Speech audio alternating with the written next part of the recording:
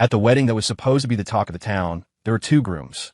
And I, the actual groom, was the one everyone forgot. My bride, Isabella, was blushing as she extended her hand to Caleb Hayes, my supposed savior, who was on one knee, proposing to her. He was wearing the custom-tailored suit Isabella had spent a fortune on for me, holding the ring that was supposed to be mine. When I demanded an explanation, her face twisted with disgust, her voice dripping with impatience. A wedding is just a ceremony. It doesn't matter. You're the one I'm legally marrying. If their love was that undeniable, then I should be the one to step aside. Turning my back on the spectacle, I walked away and dialed an overseas number. Hold the funding, I said, my voice eerily calm. I'm coming home. At the lavish wedding ceremony, I, the groom, was cast aside. A boundless rage burned through my chest, and I clenched my fists, my eyes bloodshot. My fiancée, Isabella Vance, stood in her wedding gown, her face a picture of surprise as she looked down at Caleb Hayes, who was on one knee proposing to her. The sight seared my eyes, and the last thread of restraint in my mind snapped. This wedding was the last chance I was giving her. Before today, she had sworn to me, promising she would cut all ties with Caleb and focus on being my wife. Now, the agony in my eyes met the blatant triumph and provocation in his, and my years of devotion turned into a bitter joke. I laughed at my own expense. It felt like a gaping hole had been torn open in my chest, letting an ice-cold wind howl through me. Sorry, Ethan, Caleb said, his attempt at sincerity pathetic. I accidentally put on your suit. How could you be late for something as important as your own wedding? His methods for smearing my name were as crude as ever, but Isabella, blind and deaf to his true nature, couldn't see it. Seeing my cold expression, Caleb feigned fear and ducked behind Isabella. She shielded him, her eyes locking onto me with suspicion. Her voice, once so gentle when she looked at me, was now sharp with anger, stripped of any affection. All that remained was irritation. Are you done making a scene? She snapped. You're the one who was late. You have no right to question Caleb. Thank God he was here to save the day. I let out a cold, harsh laugh and turned, revealing the back of my shirt, soaked through with blood. Isabella froze, her eyes widening as they began to redden. She stared at my back in disbelief, her voice filled with confusion. What happened?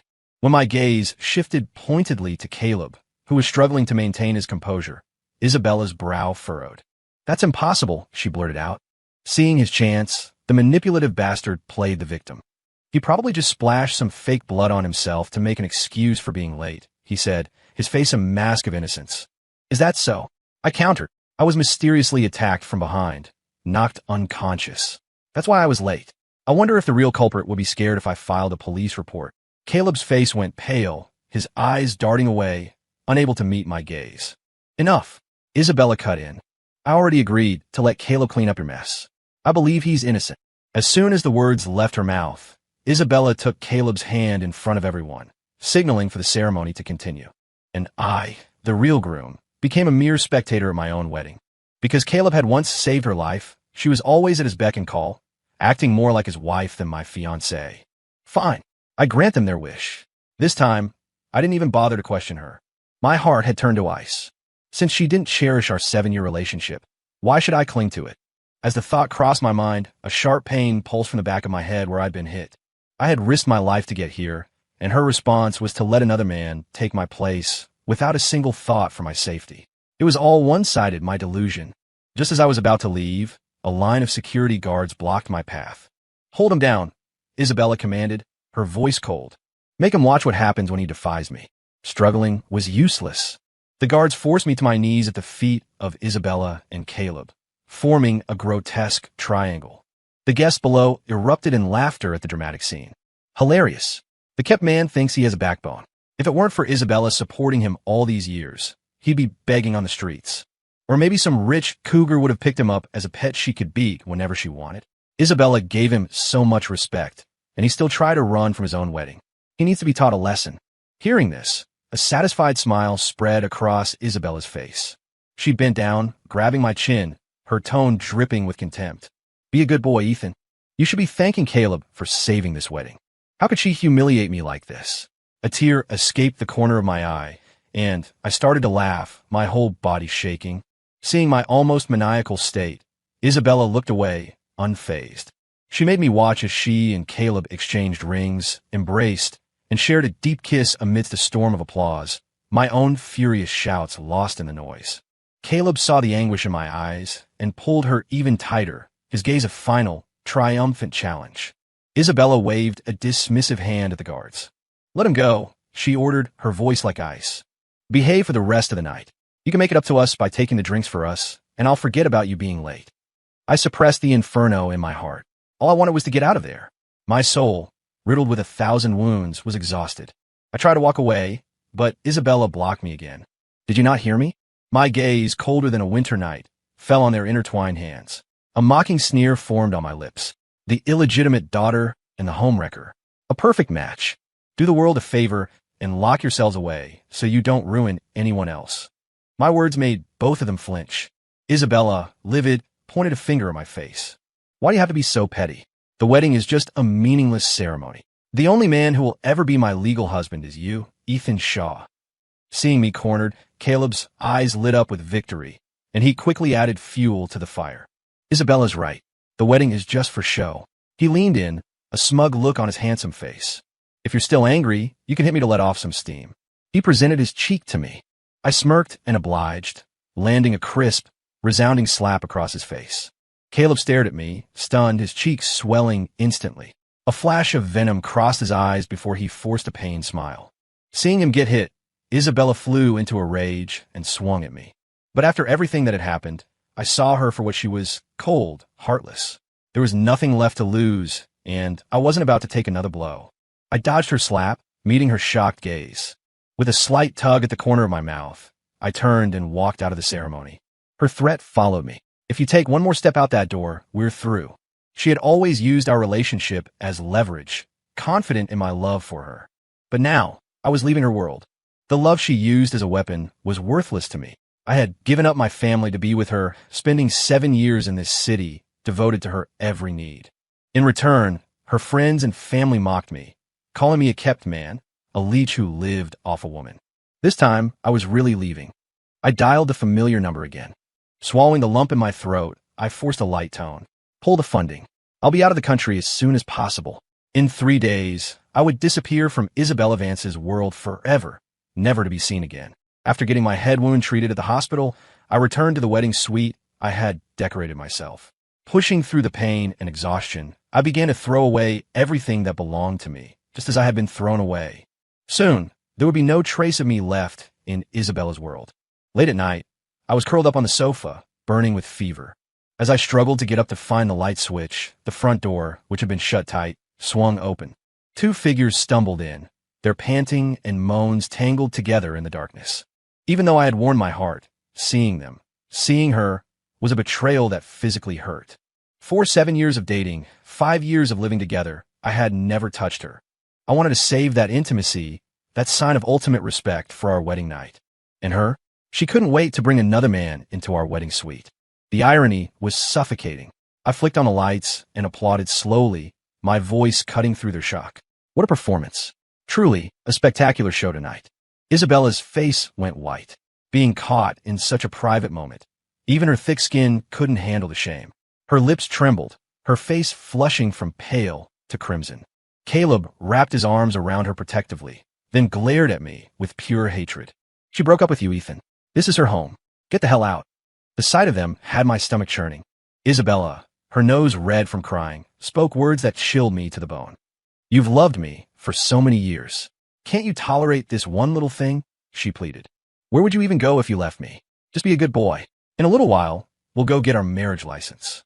Be a good boy." She always wanted to control my thoughts, my soul, to make me live like her puppet. I was not her pet. My fists clenched, my body trembling with rage. A coldness seeped from my lips as I stared at the face I had loved day and night. I hated myself for being so blind, for loving a woman so faithless. Grief wrapped around my heart like barbed wire, squeezing the air from my lungs. The disgust was overwhelming. My voice was a blade of ice. "I accept the breakup. From now on, we are strangers." At my words, Isabella's expression darkened. Caleb, however, beamed. He could see his future as the partner of a CEO, a life of endless wealth just within his grasp. "Ethan, I'm not discussing this with you," Isabella said, her tone final. "I'm informing you." My head was spinning, the pain worsening. I didn't have the energy to waste another word on her. Without responding, I turned to leave. They blocked the door, and Isabella's face contorted with fury. "Listen to me," she snarled. "Go to your room and stay there. What woman doesn't want to have a little fun? Just turn a blind eye." Her brow was furrowed, her eyes filled with menace. She knew I was weak, burning with a fever in the middle of the night. Yet she ordered Caleb to drag me into the bedroom and lock the door, decreeing I wouldn't be let out until I was ready to apologize. Even my phone, my only connection to the outside world, was confiscated. Cold sweat beaded on my forehead as I curled into a ball, consumed by pain. I don't know how much time passed in that feverish haze, but eventually the door opened. Caleb kicked me contemptuously in the head, his voice giddy with excitement. "Oh, still alive, are you? Be smart and get out of the way. Isabella can only be mine." He leaned in close, his laughter a venomous whisper in my ear, a constant reminder of my humiliation. "You protected her for 7 years and never even touched her. Yet she gave herself to me so willingly. As a man, I almost feel sorry for you." A while later, Isabella emerged from her room, looking exhausted after her night with Caleb. The fever had raged all night, and the wound on the back of my head had reopened. I managed to part my lips, my voice a raw croak. "My phone. I need to go to the hospital." Hearing me, Isabella raised an eyebrow in surprise, then looked down at me. A satisfied smile returned to her face. "So, you finally realized you were wrong?" she asked. "I'm tired of this whole playing sick act. Get up and make us some breakfast." A wave of despair washed over me. My cheeks were flushed crimson from the fever. Anyone with eyes could see I was seriously ill. My consciousness began to fade again. The last thing I saw was Isabella's face, contorted in a mask of fury, her hand swinging toward me in a slap. I finally came to the next day, my body sprawled on the cold floor. A white, wet patch on my chest gave off the bitter smell of medicine. She hadn't even bothered to take me to a hospital. She had just poured some medicine down my throat and left me on the floor to live or die. When I tried to move my jaw, a sharp pain shot through my face. I staggered to the mirror and saw that my face was swollen to nearly twice its size, a perfect handprint imprinted on my cheek. I clenched my fists instinctively. 7 years of devotion, and I wasn't even worthy of basic human respect. My phone, tossed on the floor, buzzed. I picked it up. Caleb had sent me a series of videos of him and Isabella, each message a gloating declaration of his victory. They'd gone on their honeymoon. The honeymoon I had dreamed of for 7 years. She had casually given to another man. The 3 days were up. The reunion, 7 years overdue, had finally arrived. I threw away my SIM card. Just before I deleted my WhatsApp account, my tear-blurred vision focused on our pin chat. After 7 years, it deserved a proper end. Goodbye. After sending the message, I boarded the plane without a second glance. From now on, I was free. I would no longer be her caged bird. Back in New York, Isabella received my message and panicked, as if she had just lost the most important person in her life. She became obsessed, dropping everything to search for any trace of me, tears of regret streaming down her face. Unaware of any of this, after a flight of more than 10 hours, I landed in a country that was completely new to me. Ever since my parents died in an accident, my only living relative was my uncle. It had been 7 years. My uncle, Robert, was no longer young. When I heard his familiar voice, my eyes welled up, and I had to fight back tears. My cousin Chloe's eyes filled with sympathy as she wrapped me in a tight hug. "You only come back when things go wrong. Are you an idiot?" she scolded, her voice thick with emotion as she held back sobs. "Look how much weight you've lost." Before I could say a word, she started crying for me, unable to stop. Seeing her so upset twisted my heart, and I tried to comfort her, pretending everything was fine. Uncle Robert's family saw I wasn't ready to talk and just sighed, their concern unspoken. The ride home was filled with their cheerful chatter, a welcome warmth. At the dinner table, they piled my plate high with all kinds of hearty food. It felt so good to be cared for again. A lump formed in my throat, and I had to turn away so they wouldn't see my tears. When I looked back, all 3 of them were watching me with quiet, pained expressions. I knew I couldn't hide it from them. In a calm, detached voice, as if I were telling someone else's story, I told them everything. Uncle Robert's face grew dark with fury. He slammed his fist on the table and shot to his feet. "She mistook a fish eye for a pearl," he roared, his eyes red with anger. That ungrateful, illegitimate daughter.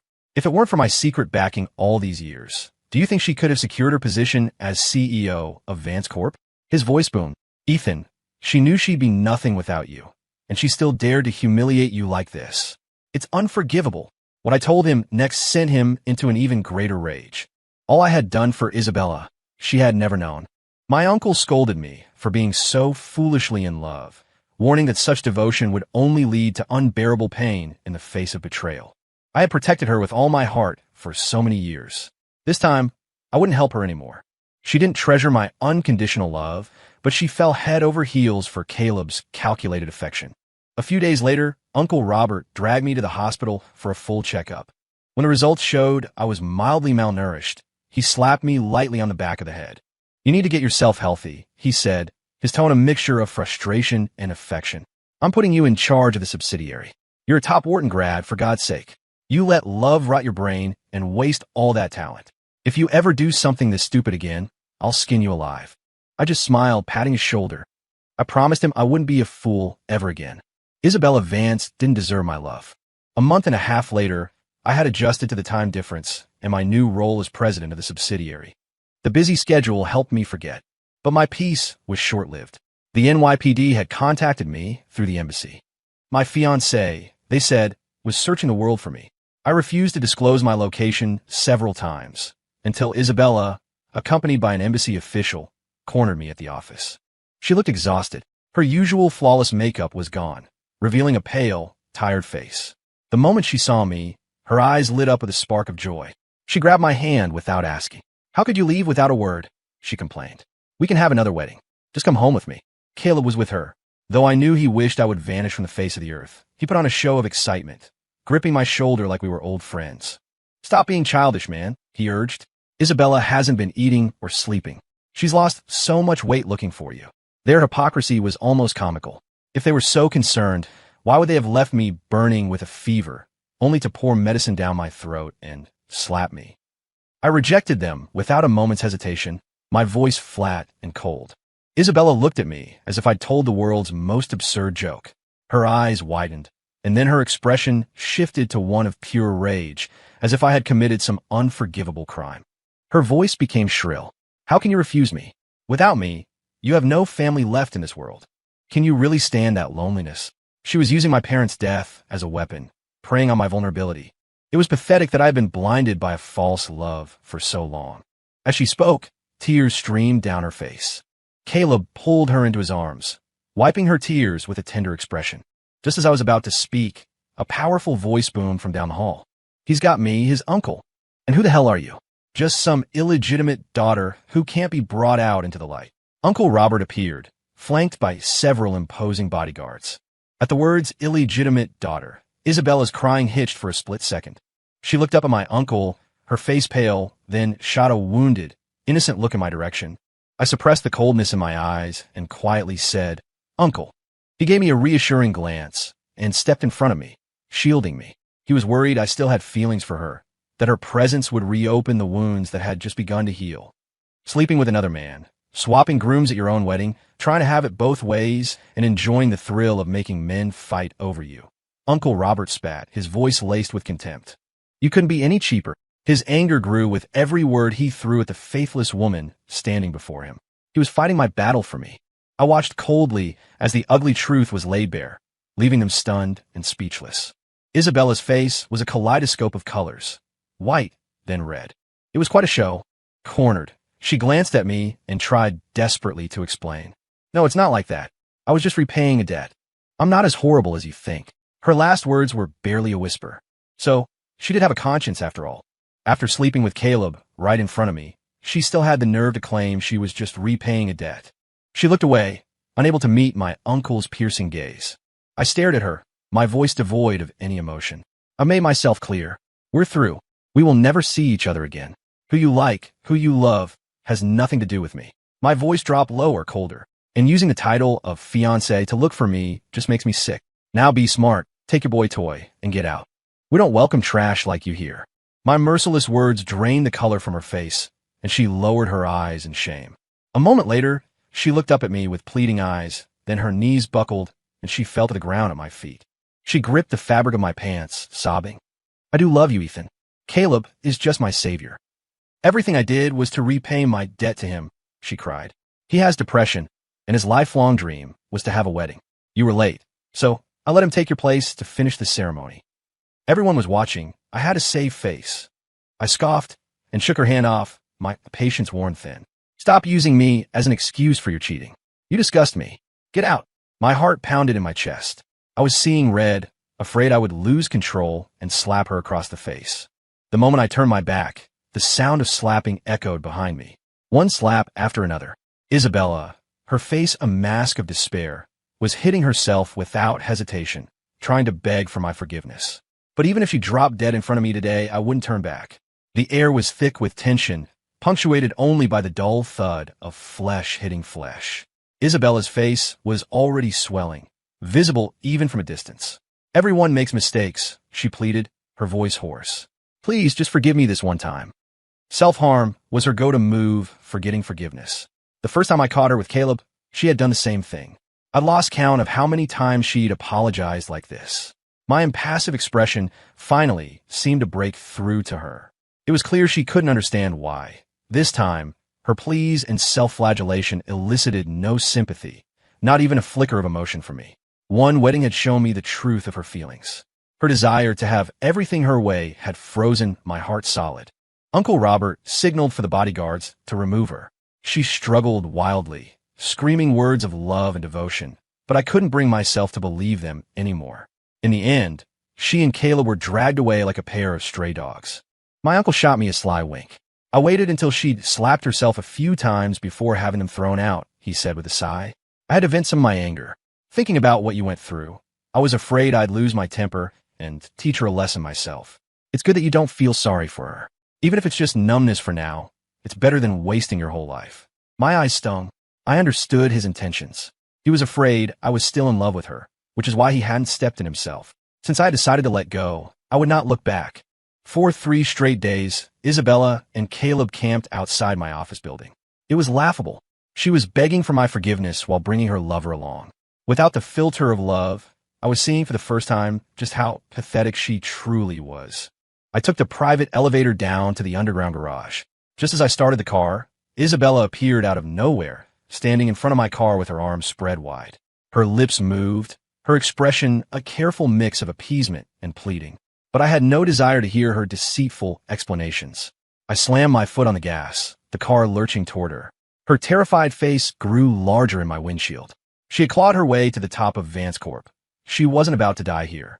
I had been so blinded by love that I'd forgotten her true nature, selfish and self-serving. Just as I predicted, she scrambled out of the way, her face ashen. As for her position at Vance Corp, I had planned to dismantle her power piece by piece. But since she was shameless enough to keep harassing me, I decided to cut to the chase. Being constantly bothered by her was nauseating. That evening, we were celebrating my cousin Chloe's 20th birthday at home. The doorbell rang unexpectedly, and Chloe, smiling, went to answer it. When she saw Isabella at the door, her smile froze, and she quickly tried to shut it. But Caleb jammed his foot in the doorway. His eyes turned sinister as he scanned the room, a knowing smirk on his face. I pulled Chloe behind me, my voice calm but cold. This is private property. If you don't leave now, I'm calling the police. Isabella's forced smile faltered.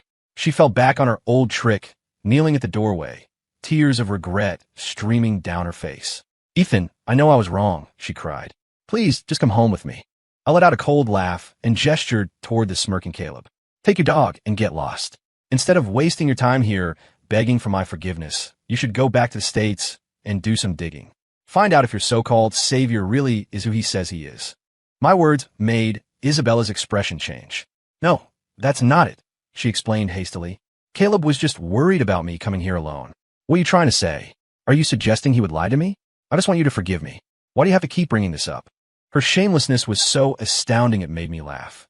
Chloe, unable to contain herself, lunged forward and slapped her across the face. You shameless bitch, she spat. Bringing your boy toy here to beg my brother for forgiveness? You gotta be kidding me. You're being played for a fool, and you don't even know it. Caleb suddenly went pale and staggered, leaning weakly against the doorframe. I was just worried about her safety. That's why I came along, he whimpered. Get lost, you pathetic snake. Chloe was utterly disgusted. She grabbed a broom and started swinging it at them. Caleb shielded Isabella, using the opportunity to collapse dramatically against her. She flinched, an almost imperceptible frown crossing her face. The concern she once had for him was gone. Isabella was naturally suspicious. She would investigate this. I decided to give her a little push, let them tear each other apart. A man like Caleb, with a history of deceit, deserved to be punished by the person he cared about most. Isabella and Caleb flew back to New York that same night. The evidence I had gathered was waiting for her. A week later, Caleb was beaten black and blue, his eyes swollen nearly shut. When he opened his mouth, blood trickled out. He had been taught a lesson. He knelt on the ground, bowing his head to me over and over, his face a mask of pure terror. I'm sorry, I'm so sorry.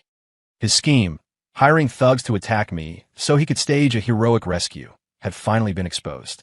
He deserved everything he got. Isabella nodded, satisfied, then kicked him away. She turned to me, her eyes full of what she probably thought was deep affection. Her voice trembled slightly. The misunderstanding is cleared up now. Come home with me. A smile touched her lips as she reached for my hand. I couldn't help but laugh out loud, my gaze clear and resolute. Caleb was just a convenient scapegoat for you. The truth is, you can't stand the fact that I, your little plaything, dared to dump you. That's all this is. Isabella stared at me in disbelief, her voice rising with indignation. The remorse and guilt from moments ago vanished. I was deceived too, she argued, her voice climbing. We were in love for 7 years. Are you really going to throw that all away over one little thing? She shook her head, tears welling in her eyes as she continued her tragic performance. I don't believe it. I don't believe you never loved me. You can't fake true love. Hearing her pleas again, my expression remained unchanged. My voice was cold.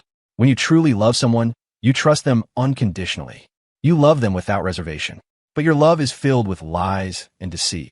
Isabella's eyes begged me as she opened her mouth to speak again, but her phone rang. After she answered it, her face turned deathly white. She had to leave in a hurry. Watching her retreating figure, a cold smile formed on my lips. It was time to take back everything I had given her. Since the love was gone, she no longer deserved the advantages I had provided. I had my people systematically cut off the secret support and partnerships that were propping her up. The string of bad news sent Isabella into a frenzy, running around with her assistant, trying to salvage business deals. But it was no use. Her half-siblings, who had always been circling like vultures, seized the opportunity to reclaim their shares and their power. When I first met her, Isabella was naive and kind. She was an illegitimate child, but she had no malice in her heart. You can't choose your family, and for the first time, I set aside my prejudices. As I got to know her, my opinion of her changed.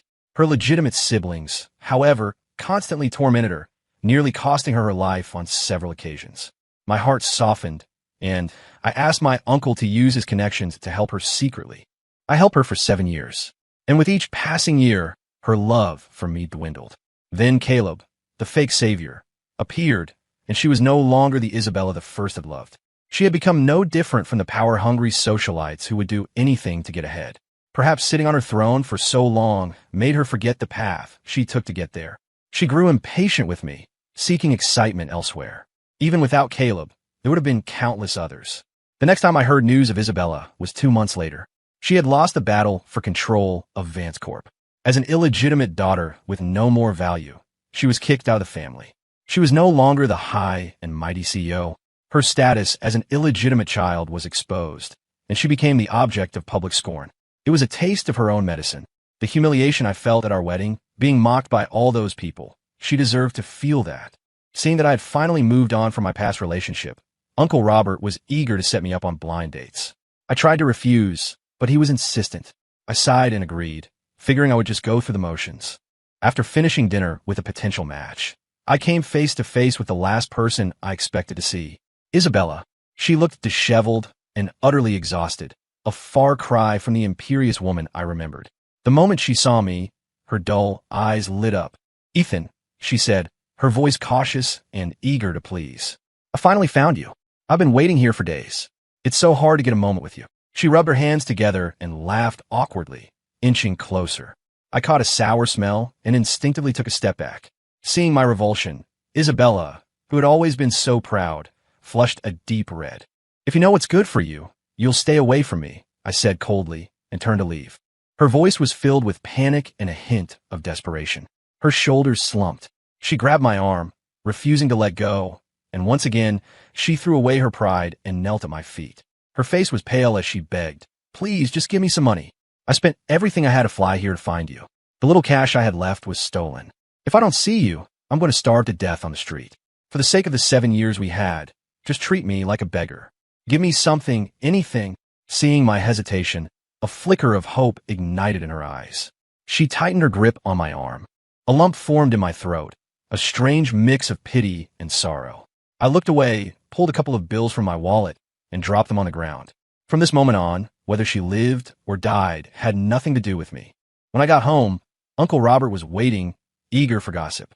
I gave him a non-committal, business-like summary, which earned me an eye roll and a huff about being evasive. The two families are meeting for dinner again in a few days, he said. If you really don't like her, that's fine, but you have to show up. I chuckled and agreed, a warmth spreading through my chest. Ever since my parents passed, the feeling of being cared for by an elder had been a distant memory. When I arrived at the hotel, both families were already there. I happened to run into Evelyn Reed in the hallway. Sorry I'm late, she said quietly. Work was a bit crazy. I just got here myself, I replied. We smiled at each other and walked in, only to be met by my uncle's knowing, teasing grin. I sighed in resignation. The dinner was pleasant. As we were saying our goodbyes, a dark figure suddenly rushed toward us. It was Isabella. She threw herself at Evelyn's feet, banging her head on the floor.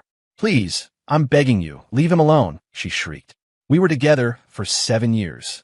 Please, don't destroy our relationship. Uncle Robert's face darkened with rage at Isabella's insane ranting. He immediately called for hotel security to drag her away.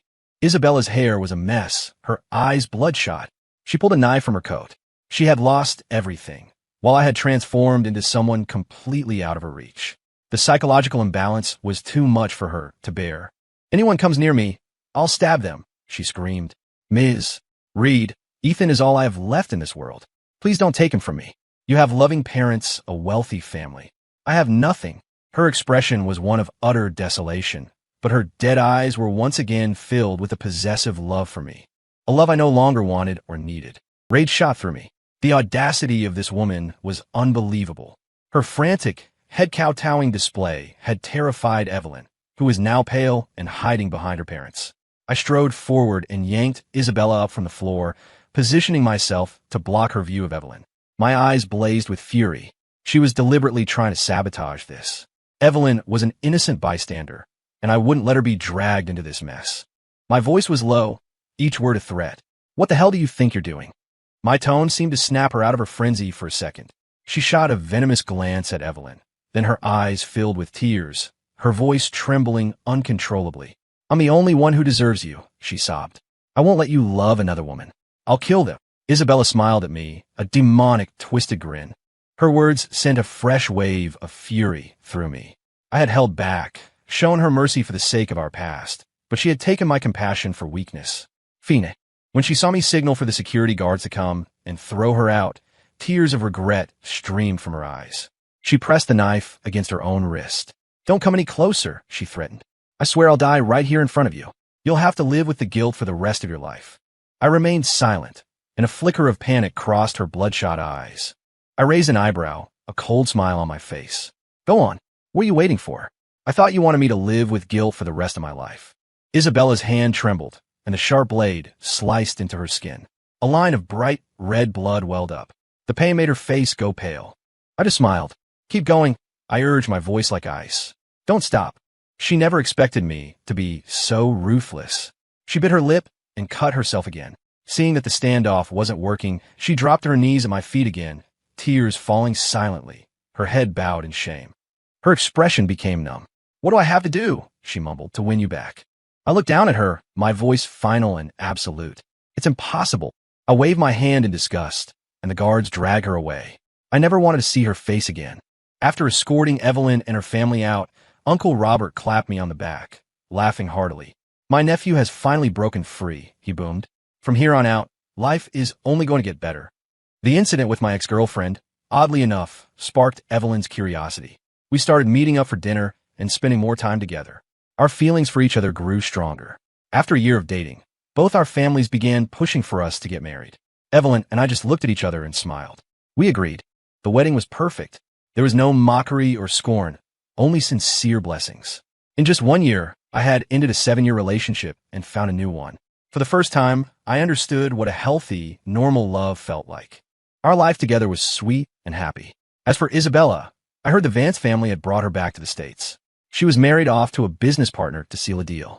I felt a fleeting sense of pity for her. The Vances were cold, ruthless people. Not long after her marriage, Isabella stabbed her new husband to death. Then she went to the Vance estate and killed her own father, the man who had arranged her marriage. Afterward, under the cover of night, she jumped off a bridge, ending her tormented life. When I heard the news, I could only sigh. Life forces people to change. The woman she had become was a stranger, nothing like the bright, kind girl I remembered, the girl who was so much like Evelyn. But that was all in the past. I had new life now. There was no need to dwell on old wounds and old names.